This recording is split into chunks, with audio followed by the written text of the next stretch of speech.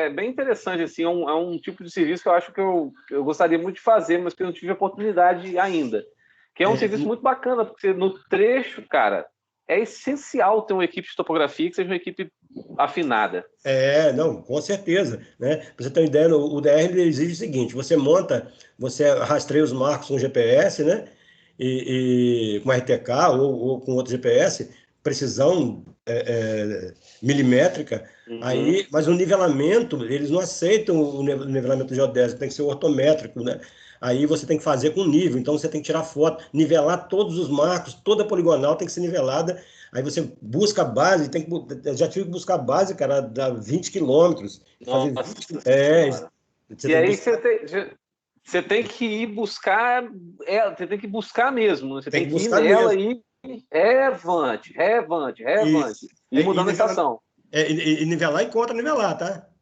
Nossa Senhora. Na verdade, são 40 quilômetros, né? Você vai fazer 10, 20. Agora não, agora a malha geodésica ela tem mais marcos mais próximos, né? E eles estão permitindo também usar os marcos da Marinha.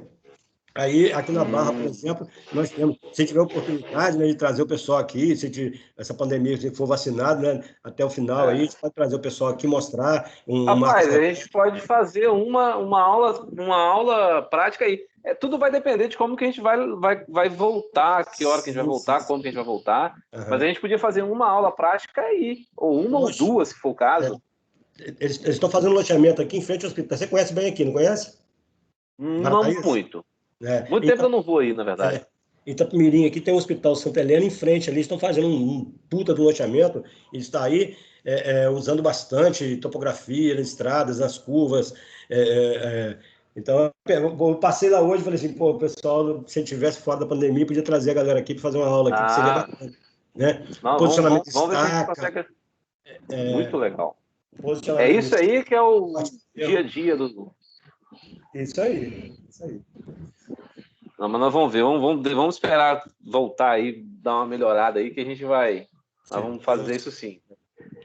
Amanhã mesmo eu tenho 4 serviços para fazer, cara. 4 terrenos para medir, uma locação. Eu não estou parando, não. Estou treinando meu filho, meu moleque tem 16 anos, opera a estação, tá ficando moleque, tá ficando bom. Minha filha também, pai, eu preciso de dinheiro, então vamos embora. É, Aí bota. maneiro, pô. Ele tem 16, ele quer fazer arquitetura, ele quer fazer engenharia civil. Eu falei, não, vai para arquitetura, engenheiro civil ganha pouco. Né? Uma planta de engenheiro civil é R$ 5, de arquiteto é 20, né? É 30. verdade. Aí eu falei, depois você vai para o ramo de engenharia civil, né? Não? Ui. É. Então tá bom. E o pessoal tá chegando aí Ah, já tem um pessoal aqui já. Eu vou começar aqui com a. Vamos começar com a aula atividade 2. dois. Deixa eu É, ver o material aqui, saber onde que tá. eu vou Hum. compartilhar a tela aí com vocês. Então tá. Ah, beleza, beleza. Eu imprimi algumas atividades aqui, vou dar uma olhada. Vou acompanhando também. Show. Beleza. Aqui. Essa aula atividade 2, pessoal. Boa noite aí para quem chegou depois, a gente já está conversando. Se tiver alguma colocação para fazer aí também, se quiserem trocar ideia, que hoje a gente vai ter alguma parte de cálculo na aula atividade 3, mas é uma coisa bem simples assim ainda. E a aula atividade 2 é basicamente sobre a parte teórica mesmo. Se alguém tiver alguma colocação para fazer, e assim, já vou falando para vocês que eu até estava conversando com o Paulo aqui, que ele trabalha com essa parte de topografia já há bastante tempo, então ele tem uma experiência muito, muito, infinitamente maior do que a minha experiência na topografia, porque foi uma área que eu não atuei em topografia assim, ferrenhamente, né, vamos dizer. Então eu não tenho tanta. Fiz assim alguns levantamentos enquanto eu trabalhava na prefeitura, mas coisas muito simples, muito muito básicas. Então o Paulo está aí também para somar com a gente, para dar informação para a gente também. É importante aí que a gente faça esse intercâmbio de experiência, né, de conhecimento. Isso é muito muito gratificante, muito interessante. Então fiquem à vontade para falar, para abrir o microfone, fala, interage aí, dessa forma vai ser mais interessante a aula. Então vamos lá. A questão 1, ela fala sobre as formas físicas, as modernas, como que a geodésia moderna ela considera as formas físicas do globo, né, do planeta, né, vamos dizer assim. Então, a Associação Geodésica Internacional descreve a geodésia da seguinte forma: a geodésia é a ciência que estuda a forma, a dimensão da Terra e outros corpos celestes, incluindo o estudo de seus campos gravídicos em vários pontos distintos, no espaço a 3 dimensões, e variando com o tempo. Muitas interpretações. É interessante assim, pensar, porque a gente às vezes não para pensar em como é difícil a gente, por exemplo, transgredir a realidade, transgredir o físico para um modelo matemático, porque é muito complexo, é muito heterogêneo, né? A superfície terrestre ela é muito heterogênea, ela é formada de várias... geologicamente, existem explicações, inclusive, sobre isso. Tem lugares que são muito acidentados, lugares que são mais planos, então é complicado você fazer um modelo matemático que você consiga utilizar ele no mundo inteiro, né? Então, hoje em dia, que ele vai falar aqui agora, muitas interpretações e conceitos surgiram, e atualmente, na geodésia moderna, são consideradas 4 formas físicas. Então, para a gente fazer um levantamento geodésico aí, a gente teria que se basear em 4 formas físicas do planeta, né? Para a gente fazer regionalmente, também abrindo o leque. O cenário alternativo que apresenta essas 4 formas físicas. Então, as formas físicas aí, que são as referências, a gente tem a superfície topográfica, que seria a forma física real, o geóide, que seria a forma física do campo gravídico real, né? A elipsoide de referência, que é uma forma matemática, é uma aproximação matemática, é uma forma matemática aproximada, e a superfície física da Terra, que hoje já é possível a gente estudar, a gente compreender esse tipo de situação. Então, a gente teria superfície topográfica, geóide, elipsoide de referência e superfície física da Terra, que seria a letra B. O interessante, assim, é a gente sempre pensar que a gente está numa ponta, num final, não no final, que não vai acabar, né? Mas a gente está numa ponta de tecnologia, uma ponta de conhecimento, que isso, assim, se a gente pensar anacronicamente, se pensar 100, 200 anos atrás, nós não tínhamos esses conhecimentos. Mas, de qualquer forma, era necessário se entender e tentar buscar formas de padronização de levantamentos, para que serviços feitos, tanto aqui no Brasil, quanto lá na Europa ou na Ásia, pudessem conversar e pudessem se apresentar de uma forma com menos erro, que carregasse o menos erro possível, né? Então, a gente tem que sempre pensar nisso, que a gente está numa situação que a gente pega, às vezes, levantamentos feitos há 50, 60, 70 anos atrás, assim, para trabalhar mesmo, e, às vezes, ou acha que aquilo ali não está legal e tal, mas é porque lá não existia, né, toda essa gama de ferramentas que hoje existe de conhecimento. Hoje em dia já existe os levantamentos topográficos com a utilização de drones, de veículos aéreos não tripulados, né, que também para determinados tipos de serviços, isso tem que ficar bem claro. É uma tecnologia que está sendo bem desenvolvida. Alguns órgãos que não aceitavam esse tipo de levantamento já passaram a aceitar. Também é um campo interessante, mas nunca vai ficar... A tecnologia ela vai aparecer, mas o que a gente tem hoje, dificilmente a gente vai deixar de usar na nossa vida profissional, né? Que aí seria aí o que a gente estava falando do nível, da estação total, do teodolito digital, porque a precisão desses equipamentos ela já foi sabatinada durante muito tempo, então eles vão estar aí durante muito tempo ainda também. Questão 2. Durante o período de 1750 a 1950, a determinação de coordenadas de pontos era uma tarefa tipicamente geodésica, aplicando princípios da astronomia. O advento dos computadores revolucionou a geodésia, visto que tornaram as atividades de cálculos mais simples e rápidas. E o lançamento do primeiro satélite artificial foi o grande marco histórico para o surgimento de um novo conceito geodésico. Interessante aqui, só uma colocação, que ele fala aqui que o advento dos computadores revolucionou a geodésia e, na verdade, revolucionou a construção civil como um todo. Vou dar um exemplo para vocês, assim, fugindo da topografia, só abrindo aqui para que me veio à mente, o cálculo, por exemplo, de ponte. Antes de existirem essas ferramentas mais desenvolvidas de cálculo, computadora, calculadora, inclusive, porque a gente pensar algum tempo atrás, o pessoal usava a regra de cálculo, né? Então, antigamente, algum tempo atrás, isso não é muito tempo atrás, eu vou colocar aí uns 50, 60 anos, para o cálculo de pontes, não era possível você considerar ponte como uma única estrutura, porque você tinha o cálculo, quando você tem esse tipo de situação, que seria uma estrutura hiperestática, é um cálculo muito complexo, muito, muito, muito complexo para você conseguir fazer. Então, o que precisava ser feito? Eles precisavam dividir a ponte em duas, como se fosse uma viga apoiada numa coluna, de um lado e uma viga apoiada na coluna de outro. Então, por isso que a gente vê muita ponte, que é justamente exatamente isso. Você tem as rodas, se você pegar a ponte de ferro, em Cachoeiro, por exemplo, e olhar a estrutura, é uma estrutura linda, espetacular aquela estrutura.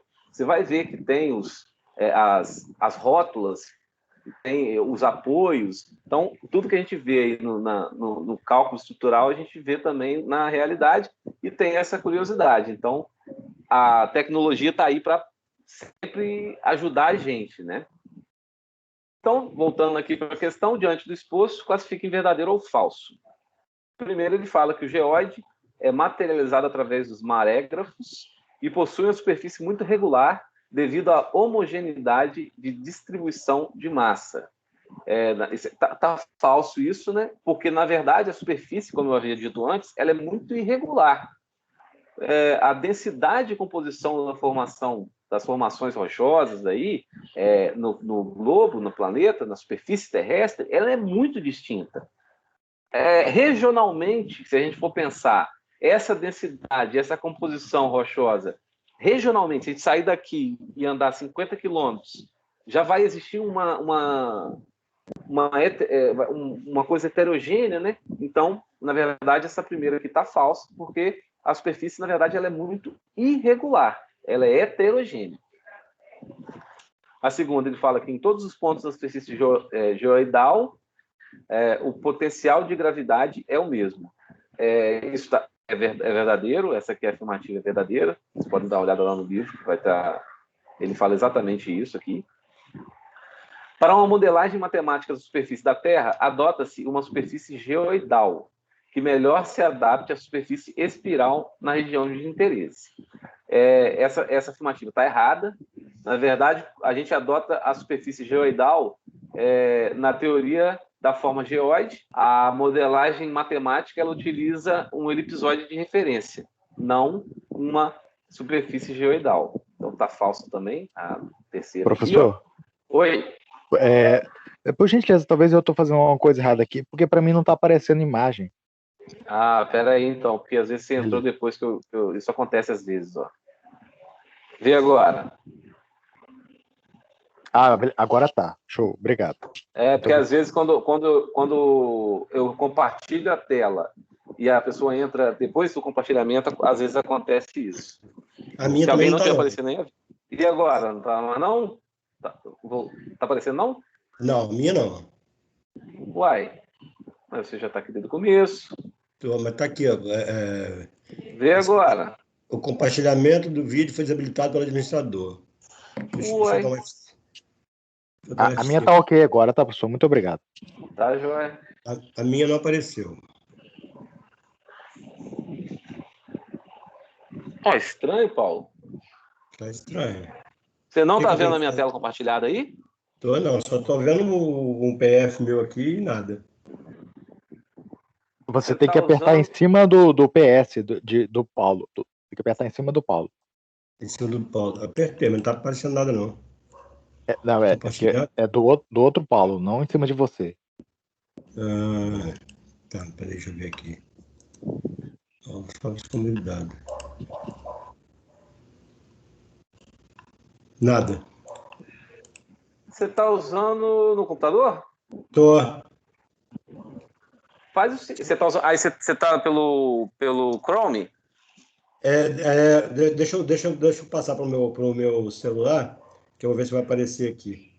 Tá. Só um minuto.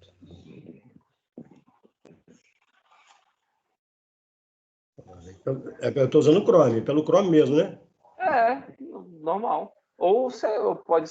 Mas pelo Chrome é melhor. Você pode instalar o programa também, mas era para aparecer pelo Chrome. Deixa eu fazer um teste aqui. Deixa eu instalar o Teams aqui nem tem instalado aqui. Mas pode continuar aí, depois a gente resolve isso aí. Não, beleza. Então vamos lá.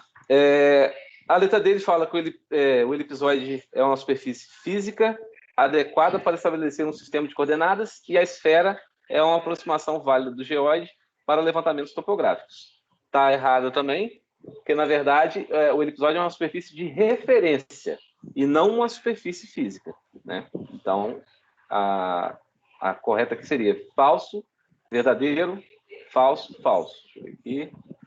Falso, letra D. Essas questões teóricas assim, são mais enjoadas da gente, né? Porque infelizmente, é teoria, né? Então, sabe para fazer a prova aí, basicamente. Questão 3. Gauss caracterizou a superfície geoidal como uma superfície equipotencial do campo de gravidade que coincide com o nível médio não perturbado dos mares. NMM. Diante do exposto, analise as afirmativas a seguir. 1. Datum geodésico é um modelo matemático a partir do qual é representada a superfície terrestre numa carta. Superfície planificável. Essa afirmação está correta. O datum geodésico é justamente isso aí. 2. Datum altimétrico baseia os cálculos das coordenadas geodésicas em um dado ponto P. Tais cálculos também podem ser locais, regionais ou globais, pois dependem do ajuste do elipsoide em relação à área desejada. Essa afirmativa está errada. Na verdade, o datum altimétrico ele não se baseia em coordenadas geodésicas. Ele se baseia em dados que possam ser usados para cálculos de altitudes ortométricas. Então, essa afirmativa está falsa. A terceira é justamente o que ele fala aqui, ó. Datum geodésico baseia-se em dados que possam ser usados para cálculos de altitudes ortométricas, locais, regionais ou globais, em um dado ponto P, permitindo, quando associado a um marégrafo, o cálculo também da altitude geoidal de um ponto na vizinhança, utilizando o nível médio do mar. Na verdade, essa também está errada, essa afirmativa, porque, na verdade, quem baseia-se em dados que possam ser usados para cálculo de altitudes ortométricas é o datum altimétrico. Então, aqui seria datum altimétrico. Essa está errada também. Então, a única que está certa aqui na questão 3 é a número 1. Apenas a 1 está correta. Letra A.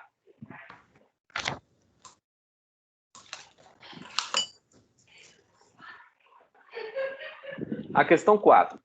Um elipsoide de referência é uma superfície matematicamente definida que, ao se aproximar da forma geóide, serve de base para um sistema de coordenadas de latitude, norte-sul, longitude, oeste-leste, e elevação, altitude. Assinale a alternativa que apresenta corretamente as características do elipsoide. Letra A. Ele fala que são elipsoides que menos se aproximam do geóide. Está errado, né? Na verdade, são elipsoides que mais se aproximam do geóide, na área considerada, que você precisa utilizar. A letra B ele fala que os elipsoides não podem ser utilizados para levantamentos geodésicos, topográficos e elaboração de mapas. Está errado, né? Eles são utilizados, né? Como a gente já viu aí em várias outras situações, aí, em outros conceitos, outras técnicas, os elipsoides são utilizados. A letra C ele fala que os elipsoides possuem os parâmetros A, semi-eixo maior, e B, semi-eixo menor, e F, achatamento. Está certo essa afirmativa. A D ele coloca ao contrário, né? Ele fala que os elipsoides possuem os parâmetros A, semi-eixo menor, e B, semi-eixo maior. Está errado, é o contrário, é o que está escrito na letra C. A letra C é a alternativa correta. Então, vamos continuar analisando. No datum regional, o elipsoide é posicionado conforme as várias estações terrestres, havendo reajustes para obter uma grande distorção. Não, nunca a gente está procurando uma grande distorção. A gente sempre está procurando uma pequena distorção. Então, os reajustes que são feitos, eles são feitos para não haver uma grande distorção. E o número 5, a questão número 5, que é a última, fala verdadeiro ou falso. Então, fala: os sistemas de referência descrevem as posições de um determinado objeto, pois identificam a posição de uma determinada feição sobre a superfície da Terra, através dos sistemas geodésicos de referência, que estão associados a um tipo de superfície que mais se aproxima da forma terrestre. Sobre os sistemas de referência, responda verdadeiro ou falso. O sistema Córrego Alegre utilizou precisão compatível com equipamentos e técnicas daquelas décadas, bem como da baixa precisão do apoio terrestre, gerando produtos em escalas maiores que 1 para 10 mil, apresentando definição e detalhamento inferior aos produtos gerados com base nos sistemas e equipamentos atuais. Tá certo, né? Você tem aí... esse sistema foi utilizado há mais tempo, né? Então, a gente, comparado com os levantamentos feitos atualmente, a gente tem uma precisão hoje muito maior do que naquela época.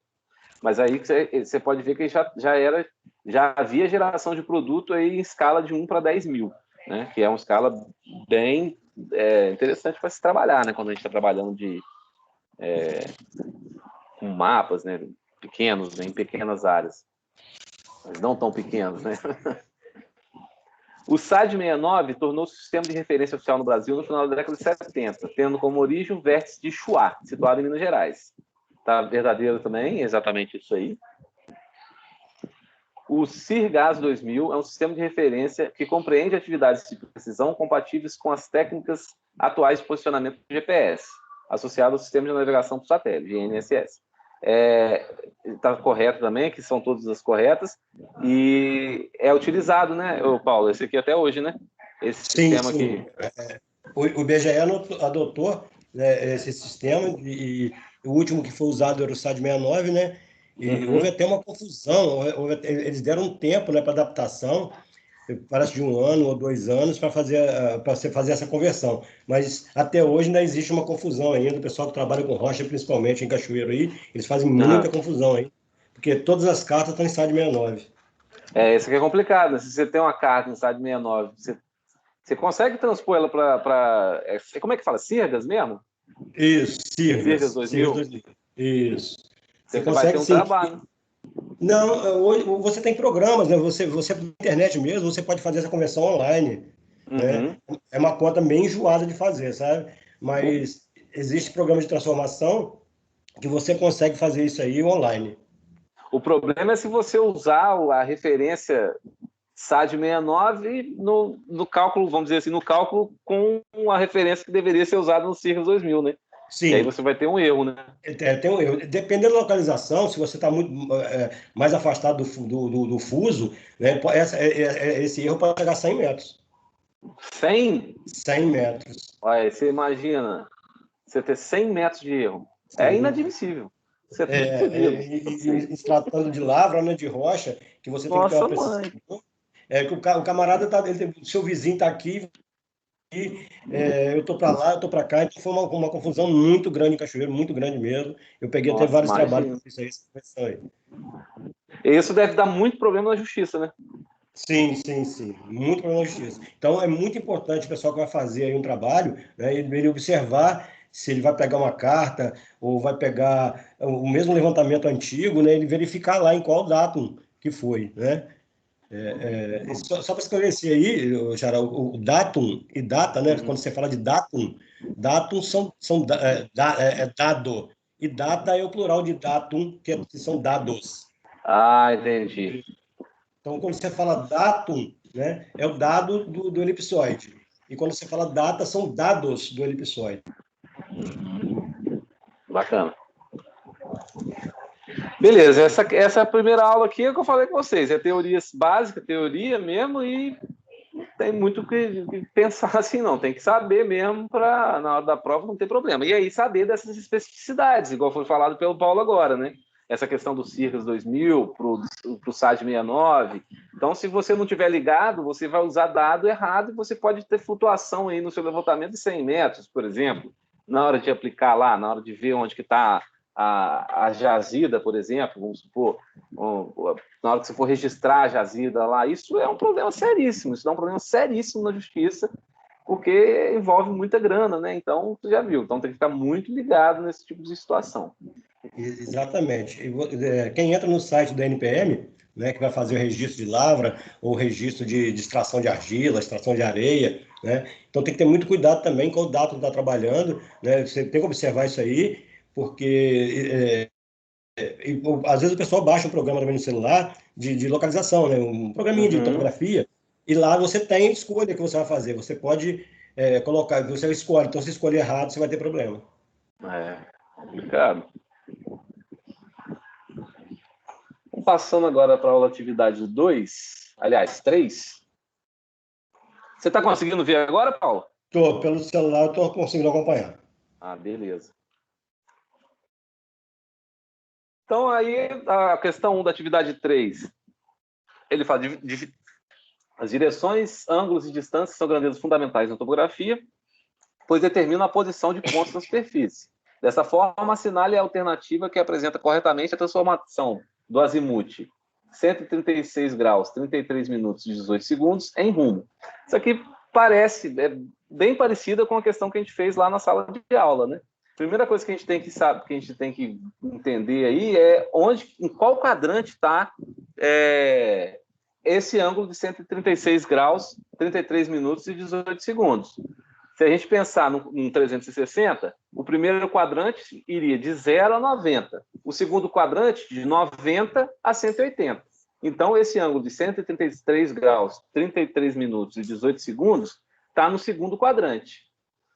E para eu fazer o rumo desse ângulo que está no segundo quadrante, eu tenho que fazer o quê? Eu tenho que pegar o 180, que seria o todo, que seria norte para cima, sul para baixo, de norte a sul dá 180 graus, e diminuir esse ângulo que ele me deu, que é o 136 graus, 33 minutos e 2 segundos. Então, você faz uma simples subtração de ângulos aí.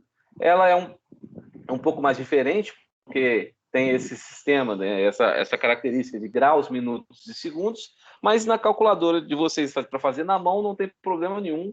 Pode colocar 136 graus, 33 minutos e 18 segundos, 180 menos esse ângulo, que ele vai te dar o resultado de 43 graus, 26 minutos, 42 segundos. E lembrando-se, quando eu estou tratando de rumo, eu tenho que falar qual é o ângulo e tenho que ligar esse ângulo ao quadrante que eu estou trabalhando. Então, 43 graus, 26 minutos, 42 segundos, sudoeste, que é justamente o quadrante entre sul e leste. Por isso que eu sempre tenho que amarrar esse ângulo, esse rumo aqui, ao quadrante que eu estou. E a amarração está sendo feita justamente quando eu falo que isso aqui é sudoeste. Beleza? A gente fez uma questão... Oi. Só um minuto. Vocês podem encontrar em alguns livros que não vem no final, por exemplo, como está aqui o SE. Ele vem o S antes e o E depois. Também é correto, tá? Como? Você coloca... Aqui está posicionado sudoeste. Ah, Né? entendi. Aí o sul vem antes do grau e o oeste depois. Também está correto, não está errado, não. Sim, né? Tem uma aula que ele fala sobre isso aí também. Eu acho que ele deu lá no Kahoot. Ele fala que lá ele tinha duas opções corretas lá no Kahoot. Era A e a C, me parece. Lá no Kahoot tinha duas. Ele coloca era sudoeste, lá que estava no Kahoot. Então, uma estava o S antes e o W depois. Mas tanto faz, não tem problema não. Ambas estão corretas. Não, beleza. É interessante. De representação vai achar algumas, né? Dependendo Sim. do lugar que você estiver trabalhando. Sim. Deixa eu ver a questão 2. Eu acho que é uma questão também. É uma questão teórica também. Deixa eu fechar aqui. Sérgio, pode falar, cara. Abre o microfone e fala, cara. Sérgio.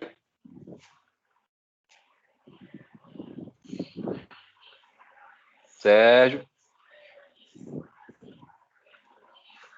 É que tá falando no WhatsApp, alguma coisa, Juliano? Não. Sérgio. Vou baixar a mão dele. Vou baixar a mão. Ô, Sérgio, quando você estiver aí, se você quiser falar, fala aí, cara. O cara levantou a mão para ficar com a mão levantada. Vai cansar aí, bicho. Vamos lá. Questão 2. No levantamento por poligonação, são consideradas as medidas lineares e angulares. Então, gente, só para a gente lembrar, quando a gente fala em poligonal, a gente pensa em polígono, né? Que seria formas geradas por retas. Vai ser bem assim, bem simples a explicação. Seria uma forma que eu consigo formar ela através de retas. Então, eu teria um polígono, né? Um quadrado, um polígono, um hexágono, um polígono e tal. Só que a gente, na topografia, é impossível, basicamente, impossível a gente vai ter um polígono regular. Vai ser sempre polígono irregular, às vezes aberto, às vezes fechado. Então, são consideradas medidas lineares e angulares para se obter as coordenadas dos pontos de interesse. Complete as lacunas sobre o tipo de poligonal. Só pegar aqui. Então, a poligonal é aquela que se inicia em um ponto e termina em outro ponto. O cálculo dos erros do levantamento. Então, a poligonal aberta ou fechada. Então, se eu começo a poligonal num ponto e termino em outro ponto, o meu polígono não vai fechar. Então, é uma poligonal aberta. Então, a poligonal aberta é aquela que se inicia num ponto e termina em outro ponto. Permite ou não permite o cálculo dos erros do levantamento? A poligonal aberta não permite o cálculo dos erros do levantamento. Por quê? Porque eu não tenho, no final, quando eu fecho a minha poligonal, eu não tenho os dados do último ponto para comparar com o primeiro ponto. Porque, na verdade, não que eu não tenha. O último ponto não é coincidente com o primeiro ponto, como numa poligonal fechada. Se eu tenho uma poligonal fechada, eu tenho o primeiro ponto, faço o meu levantamento todo de N pontos e quando eu passo o meu último ponto, eu chego no primeiro ponto que eu fiz. Então, eu posso fazer, a gente vai até ter uma questão que faz isso, a gente pode fazer qual é o erro que houve durante o nosso levantamento, quando eu tenho a poligonal fechada. Quando eu tenho a poligonal aberta, eu não consigo fazer o cálculo dos erros do levantamento. Então, aqui, a poligonal aberta é aquela que se inicia em um ponto, termina em outro, não se permite o cálculo dos erros do levantamento. E depois, a poligonal vai ser a fechada, é aquela que se inicia em um ponto e termina naquele mesmo ponto, permite-se o cálculo dos erros de levantamento, porque a gente pode comparar o levantamento do primeiro ponto com o levantamento do último ponto, que vai ser o mesmo ponto. Então, a gente pode calcular os erros do levantamento aí. Então, é aberta, não se permite, fechada, permite. A letra A aí. Alguma colocação?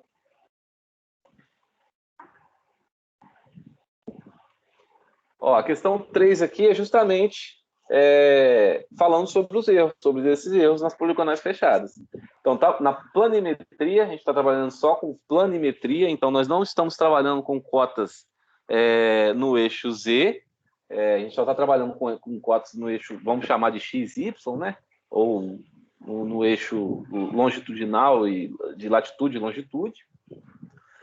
Então, na planimetria, o fechamento de uma poligonal é capaz de fornecer dois tipos de erros: os erros angulares e os erros lineares.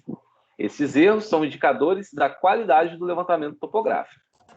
Provavelmente existem órgãos, igual a gente estava conversando com o Paulo agora há pouco, ele está falando sobre DR, DNIT, que você precisa ter erros menores do que um limite. Então, por isso que é importante esse tipo de estudo. Então, esses erros são indicadores da qualidade do levantamento topográfico. Em um levantamento com 5 estações, então o nosso N vai ser 5, aqui, representado na tabela a seguir, pede-se para calcular os erros. Considere as seguintes expressões.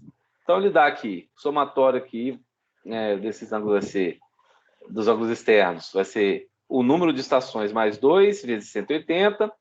O erro em X vai ser o X calculado, o X do último, o primeiro ponto do último levantamento, vamos dizer assim, né? Seria do último ponto, mas que vai ser igual ao primeiro ponto, porque é uma poligonal fechada, menos o X do primeiro ponto e o Y a mesma coisa. E a gente tem o erro do levantamento linear, vai ser a raiz quadrada desse EX ao quadrado mais o EY ao quadrado.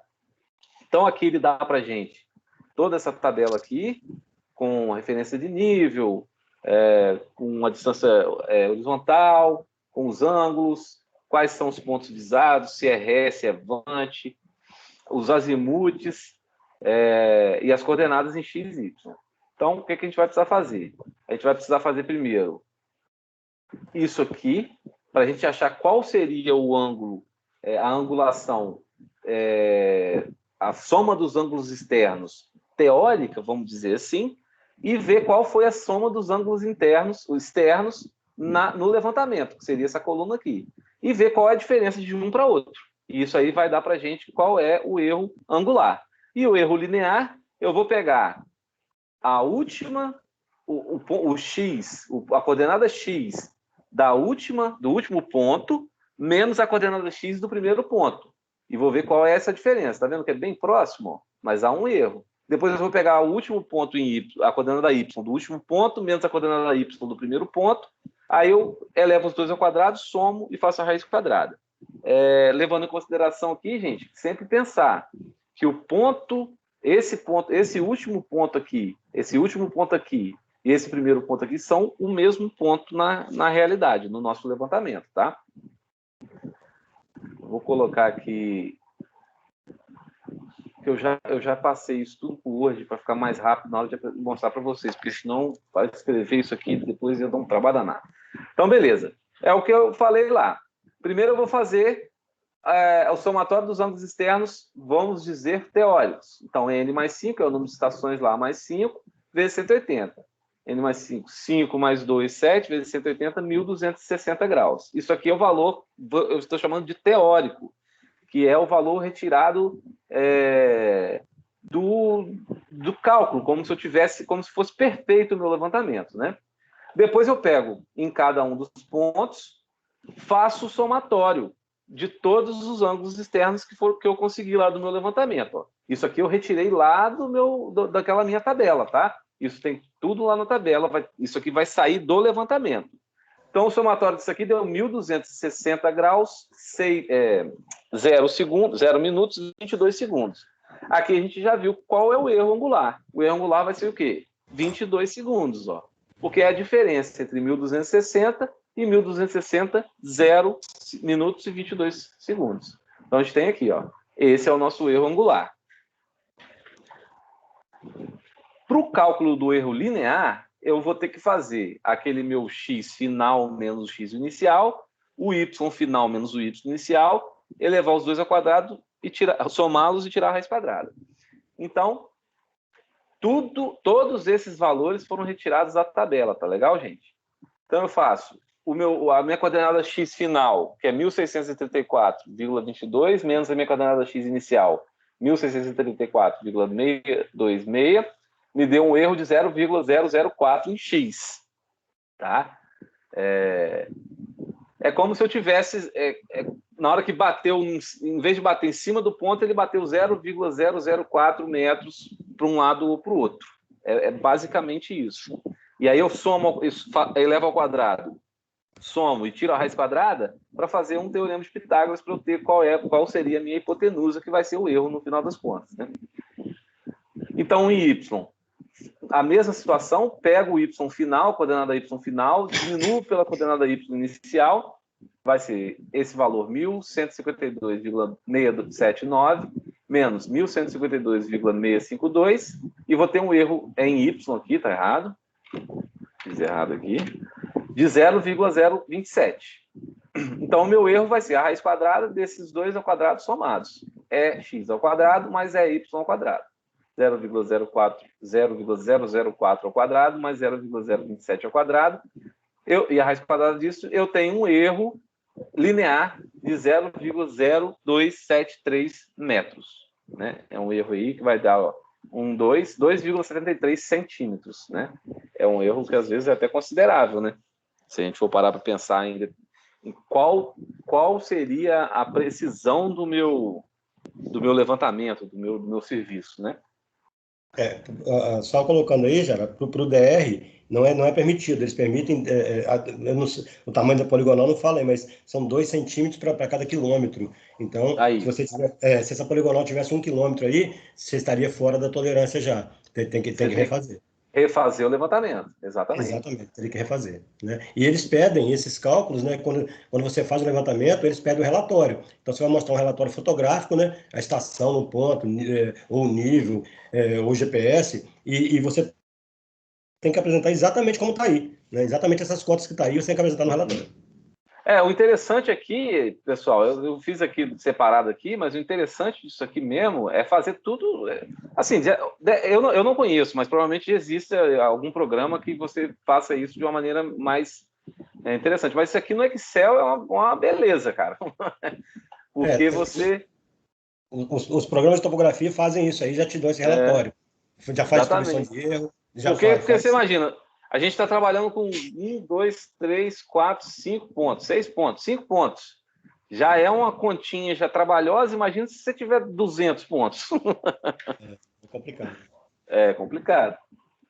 Mas então a resposta aqui vai ser 0 graus, 0 minutos, 22 segundos de erro angular e 0, acho que é isso mesmo, 0,0273 metros do erro linear. Então a resposta certa é a letra A. Alguma dúvida, pessoal?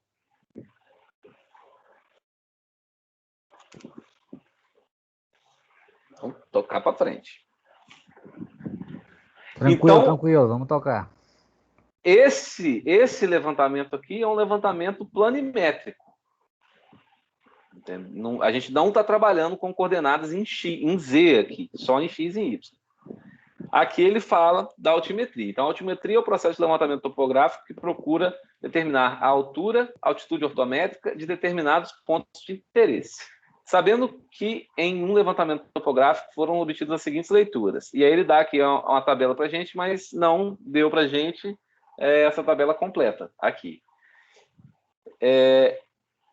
Eu acredito, sim, que para... O seu Paulo tem mais experiência aí, pode falar melhor. Mas a gente usa mais levantamento junto, altimétrico com planimétrico, chama plano e altimétrico. Sim. Né? Você vai fazer um levantamento para estradas, por exemplo, então você já tem que fazer os dois. Lembra daquilo que eu te falei? Tem órgãos feita a estação total para fazer a altimetria. A não ser as curvas de nível, nuvem de pontos, né? Mas para poligonal, a poligonal tem que ser feita no nível. Os marcos que são fixados para você basear o levantamento, claro, as seções, né, que chama de nuvem de pontos, você pode fazer com a estação total com GPS, com a RTK, né? Mas a poligonal ela tem que ser feita no nível. Você tem provavelmente você tem uma precisão maior, né? Sim, a precisão é bem maior, né? Porque você tem o prisma, né? Ele pode abaixar um pouquinho, você tem que ficar corrigindo toda hora, e auxiliar, ele não tem essa expertise, né? Que o operador, sem dúvida. Ou você fica na estação, ou você fica coletando ponto. Então, você não pode fazer tudo ao mesmo tempo, né? Então, aí a mira, né? Ou a régua milimetrada, você tem mais precisão, ela não fica abaixando nem levantando. É mais fácil de segurar do que o bastão do prisma, né? Sim, com certeza, com certeza. Aí tem aquele nível de bolha, né? Que o camarada tem que ficar ali esperto ali, mas é um treinamento que você tem que fazer com o camarada, é bem longo também. Com certeza. Então, beleza. Então, ele falou que para determinar a altitude ortométrica do ponto D, pede-se para determinar. Considere que o ponto A está sobre a referência de nível de altitude 304,234 metros. Então, aqui, o nosso ponto A está aqui. Então, o nosso ponto A ele está em cima da nossa referência de nível, que é 304,234. Então, deixa eu fechar aqui e abrir lá. Aqui. Abrir essa tabela aqui, que eu já tenho ela aqui também, sou esperto. Então, beleza. Então, a nossa altitude do nosso ponto A é a altitude da nossa referência de nível, que foi falado que isso aqui foi um dado que o problema... Opa, sumiu aí para vocês? Não, né? Não, aqui tá ok. Ah, tá. Foi um dado que o problema deu para a gente. Então, para a gente fazer o desnível, que seria o desnível entre o ponto A e o ponto B, vamos dizer assim, que seria o ponto A ré e o ponto B avante, o que a gente faz? A gente faz a leitura do fio médio a ré, que seria, no nosso caso, aí, o primeiro, nosso 2,216 aí, o nosso fio médio, do nosso ponto A, que seria a ré, menos a leitura do fio médio da avante, que seria o da frente, para frente. Quando eu falo em ré, é lógico isso, né? Mas Quando eu falo em ré, é o que está para trás. Quando eu falo em vante, é para onde eu estou seguindo o meu levantamento.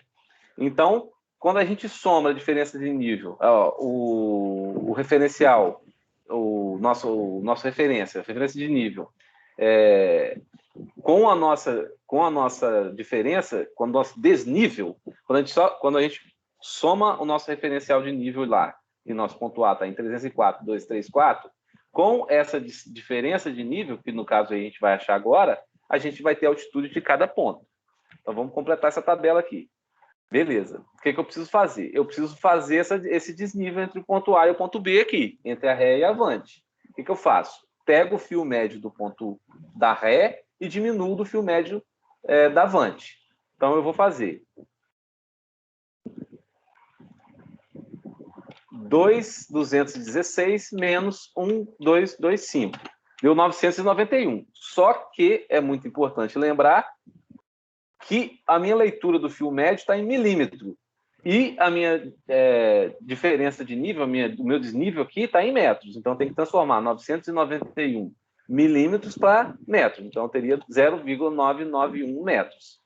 Beleza. O meu ponto A, então, eu estou subindo, né? Se eu tenho se é positivo, eu estou subindo no meu terreno, lá no meu terreno, que a gente vai ver aqui agora. Então, o meu ponto A está 304,234, o meu ponto B vai estar em 304,234, mais essa desnível aí, que é 0,991. Então, vai estar 305,225. Beleza. Como ele está me pedindo a altura, a altitude do ponto D. Só que eu não consigo fazer a altitude do ponto D sem fazer as altitudes de todos os pontos que tem anteriores a ele.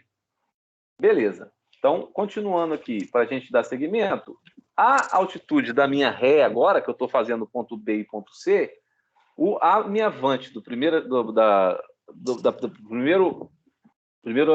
medição, vamos dizer assim, a minha vante era o ponto B, minha ré era o ponto A. Só que agora eu mudei. A minha ré passa a ser o ponto B e a minha vante passa a ser o ponto C, que eu não sei ainda.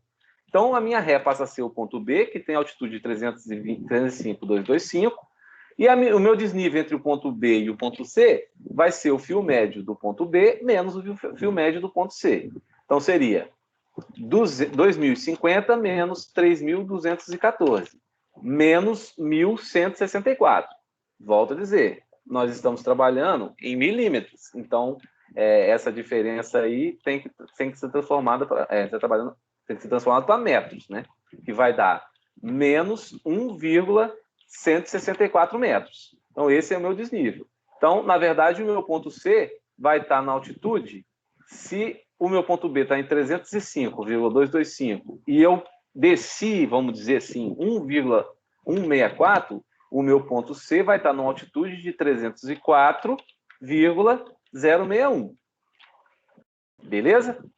E aí eu faço a mesma coisa para frente. Aqui, o meu ponto C era a minha vante, só que agora na minha próxima tomada aí, na minha próxima medição, minha ré, o meu ponto C vai ser minha ré, porque eu estou seguindo o meu levantamento. Então, a minha altitude do ponto C é o 304,061. O desnível entre os pontos vai ser 1.230 menos 2.721. Então, eu vou ter 1.230 menos 2.721 menos 1.491, voltando a falar em milímetros, vamos passar para metros, menos 1,491. Então, na verdade, a altitude do meu ponto D, que foi o que ele pediu, vai ser igual ao 304,061 menos 1,491, 302,57. Então, depois de fazer isso tudo aí, a gente consegue descobrir que o meu ponto D está a uma altitude de 302 metros, 57 centímetros aí. É a letra B. Alguma dúvida, pessoal?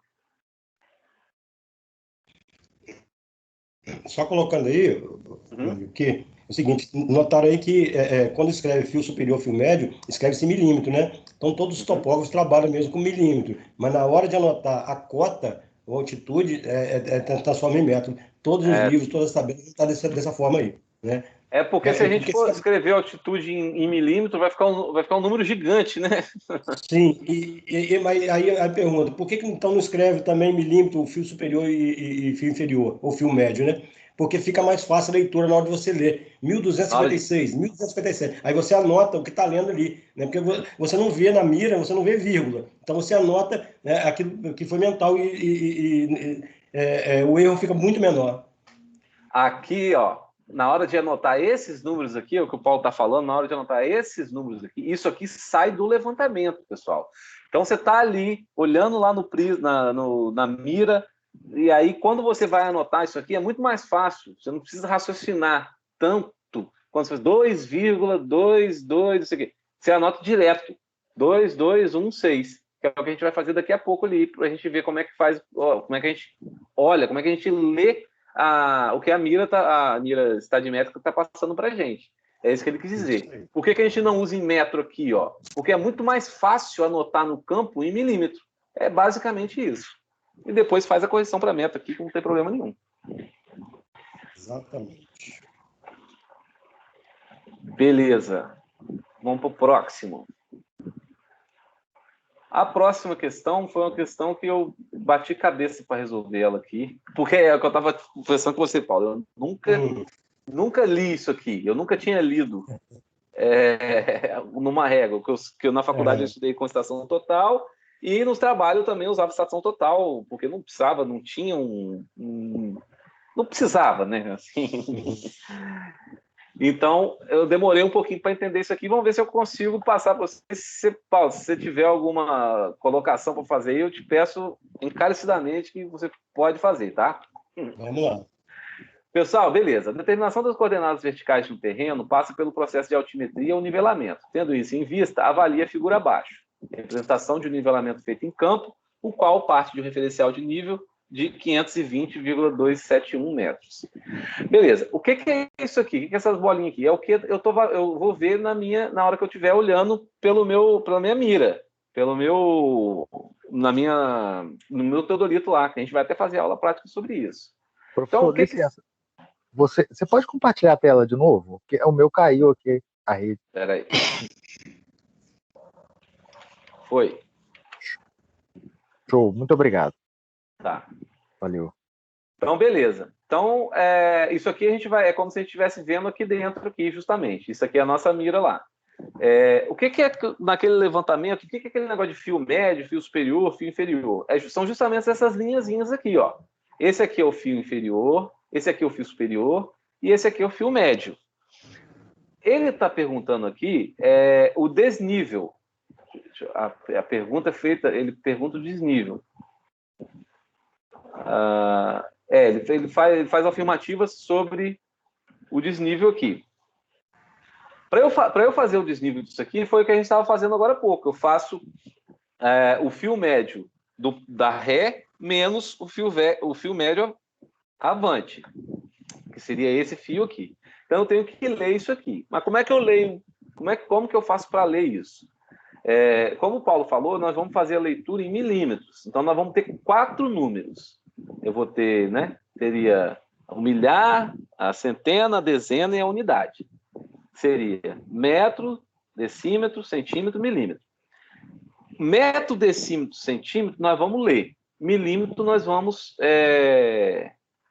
como fala, supor. Vou usar a palavra supor, porque a gente não vai ter... Nós vamos estimar. Estimar, ótimo, estimar. Nós vamos estimar ele. Então, beleza. Como é que a gente faz? Primeira coisa que a gente precisa ver nesse tipo de leitura aqui. Tem 2 tipos de régua, basicamente. Uma é assim e uma outra que tem parece que tem umas letras E, assim, desenhadas nela. Mas nessa aqui funciona da seguinte forma. Essa bolinha vermelha aqui, ó, ela indica qual é o metro. Então, ó, aqui nós estamos em 1 metro e aqui nós estamos em 2 metros. Ó. Então, o nosso metro lá vai ser baseado pela essa bolinha vermelha aqui. Então, se eu olho aqui na minha mira aqui e tem aqui, tem uma bolinha aqui, uma bolinha aqui, quer dizer que no meu levantamento eu já vou anotar 1 no meu metro. 1. Porque a minha mira está aqui, né? Não chegou aqui. Se aqui fosse 2, por exemplo, aqui fosse 1, continuaria sendo 1, porque eu não cheguei lá ainda. Tá? Então, nós vamos anotar 1. Vou anotar até aqui no bloco de notas aqui para não me perder. 1. Beleza, agora a gente vai passar para o próximo levantamento, que é o quê? Que seria a parte do decímetro aqui. Então, eu olho meu fio médio aqui, ó. Meu fio médio não chegou no 7, ó. Ele não chegou lá no 7. Quer dizer, então, que o meu decímetro é 6. Então, é 1, 6. E aí eu passo para o próximo, que seria o meu centímetro. Que aí eu tenho que contar quantos eu tenho aqui para chegar lá. Cada espaço desse aqui, ó, vale 10 centímetros.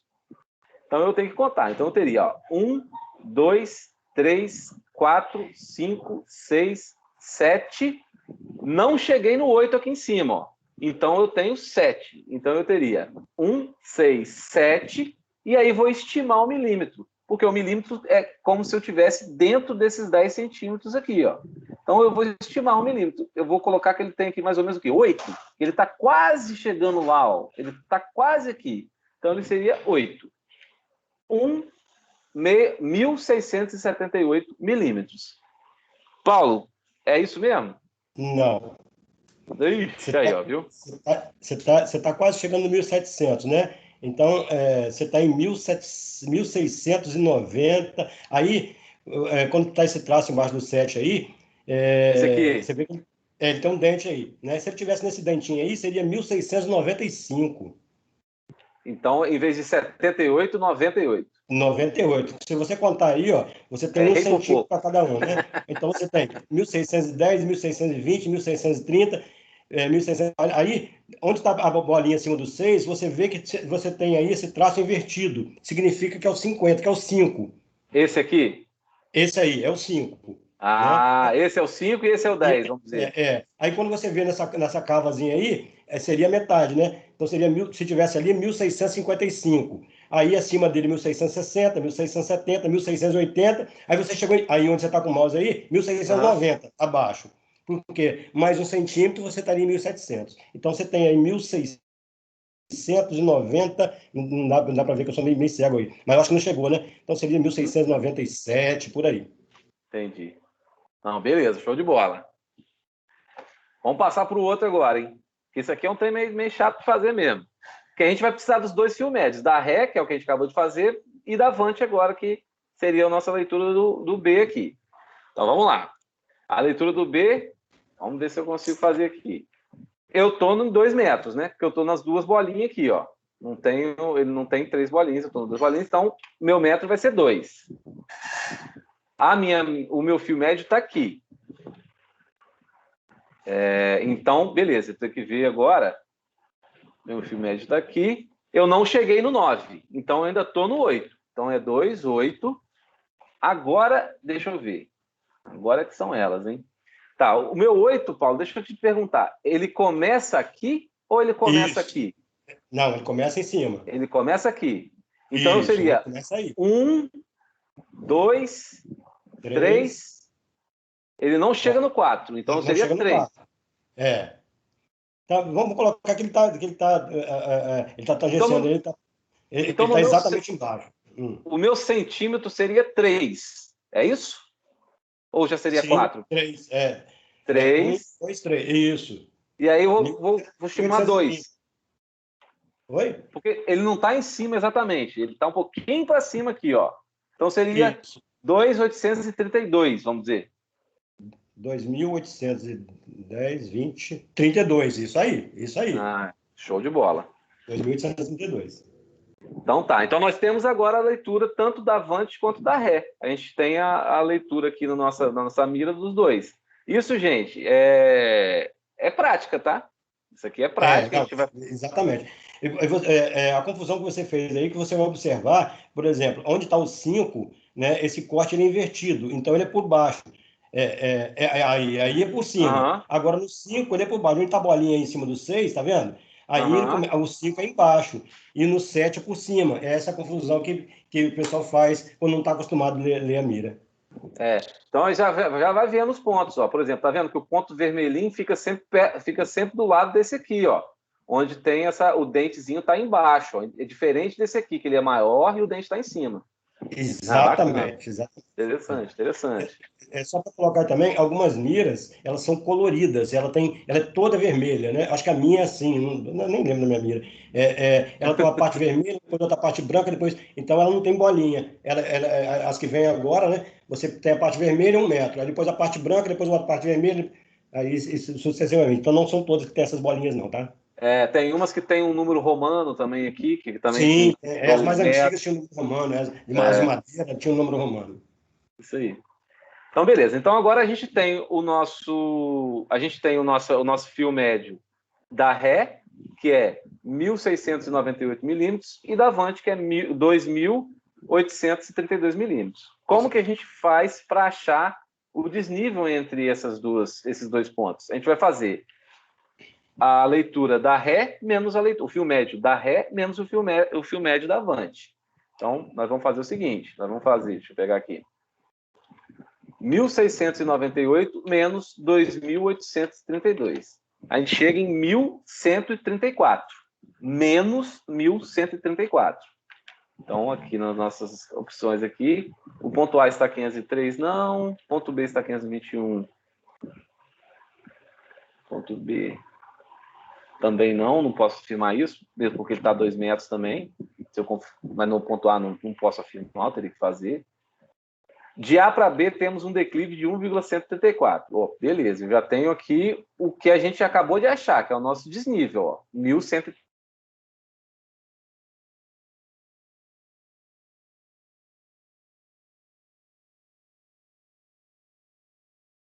Ué, ih, rapaz, acabou. Vocês estão me ouvindo? Tá dando uns picos aqui, mas eu tô te ouvindo agora. Voltou vendo? Aqui. Vocês estão vendo eu mexendo na tela? Não, né? Não. Minha internet do computador caiu, uma do celular continuou. Espera aí que vai voltar. Bem, eu tenho que fazer justamente isso. Eu tenho que fazer da Ré para Avante. Aí, como eu tenho esse desnível? Quando esse desnível é negativo, que foi o nosso caso aqui, que deu menos 1,134, se não me engano. Isso quer dizer que a Ré está mais baixa que a Avante, certo? Certo, Paulo? A Ré está mais alta. A Ré está mais alta que a Avante? Tá, porque quanto menor a leitura, mais alto você tá. Quanto mais. Porque tem que aumentar, que ele vai tá mais longe do chão, vamos dizer assim. Exatamente. Se você coloca a mira num buraco, né, você vai estar vendo com 2 metros. A leitura vai estar maior. Isso. É uma outra confusão também que é feita, que acontece com todo mundo, inclusive com topólogos experientes, né? Que a conta de mais e menos você faz, se inverter os sinais ali, Agora o meu complica a celular... vida, né? Estão me ouvindo? Agora eu parei. Agora voltou aqui, porque parou, deu um pique aqui. Aí, beleza.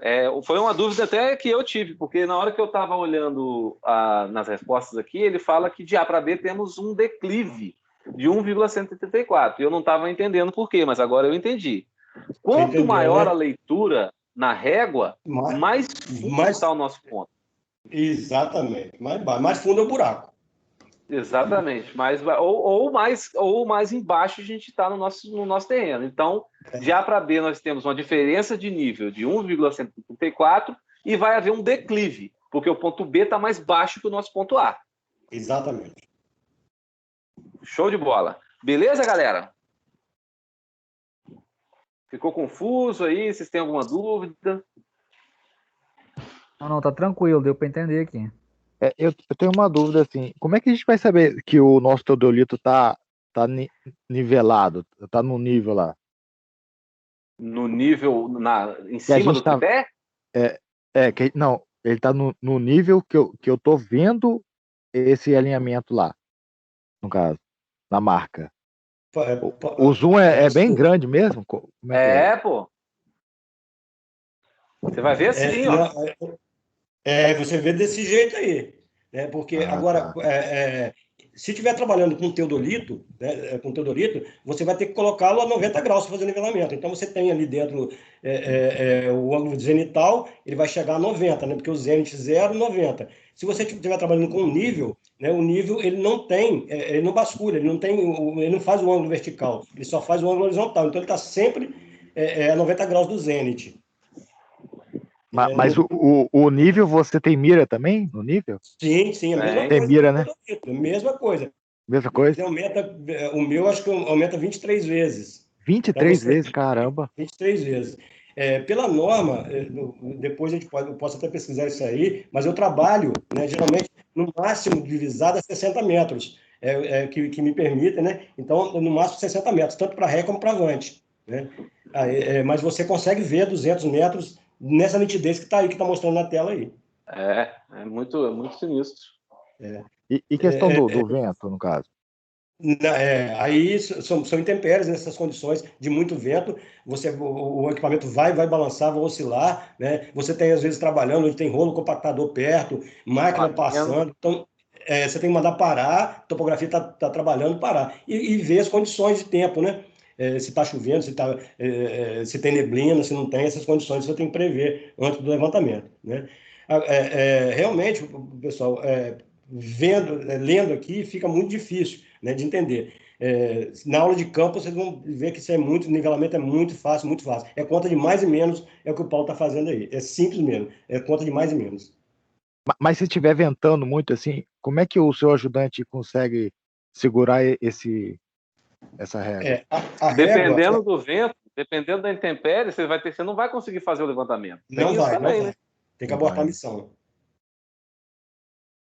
E essa régua aí, ela tem aí separado dela um nível, né? Ele é um nível cantoneira, ele tem uma bolha de quina, né? De quina. Então, ele é de quina, você encaixa do lado da mira, ele tem uma bolha em cima que você consegue. E você consegue colocar exatamente no prumo. Né? Porque se ela estiver inclinada, a leitura vai sair errada. Então, ela está exatamente na vertical. Eu já fui ajudante de levantamento com prisma de estação total, e eu acredito que com a régua deve ser bem mais fácil você deixar ela no prumo, porque o prisma... O prisma é complicado. É difícil, cara.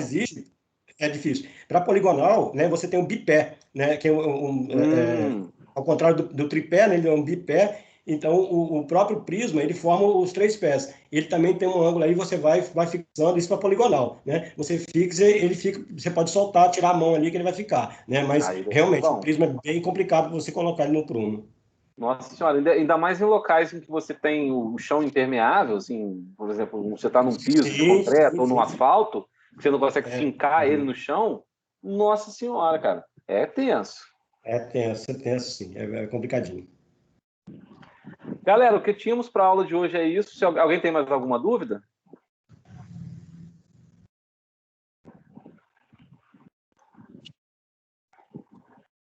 Não, tá tranquilo, Paulo. Exercitar aí, dar uma olhada mais em alguns exercícios do livro e nas aulas e tal. E foi o que o Paulo falou. Infelizmente, eu acho que nós não vamos conseguir fazer essas aulas práticas antes da prova. Eu acredito que vai ser muito complexo de fazer essas aulas antes da prova, porque essas aulas vão ser aulas... A gente vai ter que fazer elas durante o dia, nós não vamos conseguir fazer essas aulas em horário normal da faculdade, à noite, então nós vamos ter que fazer igual mais ou menos aquele sábado que a gente fez, né? Ou durante a semana, ou no sábado mesmo, então a gente vai ter um período. E como a gente já tem aí até domingo que vem o fechamento das coisas, nós não vamos abrir a faculdade aí, pelo menos daqui a, sem ser esse domingo aqui, o outro. Acho muito pouco provável abrir depois, mas infelizmente eu acho que vocês vão fazer a prova sem ter feito as aulas práticas. Então tem que pegar, estudar, treinar, dar uma olhada, pegar essa questão aí do... que eu acho mais difícil, não é que é mais difícil, né? Mas tem que tomar cuidado, né? Que você viu que eu até errei aí. Porque justamente eu não tenho essa prática. Então, treinar para conseguir chegar na prova e não dar nenhum problema. Beleza? Show de bola. Então, boa noite para vocês, bom final de semana. Todo mundo Igualmente. liberado. Boa noite a todos. Beleza, então. Valeu, Boa pessoal. noite, Boa noite. Até obrigado. mais. Falou!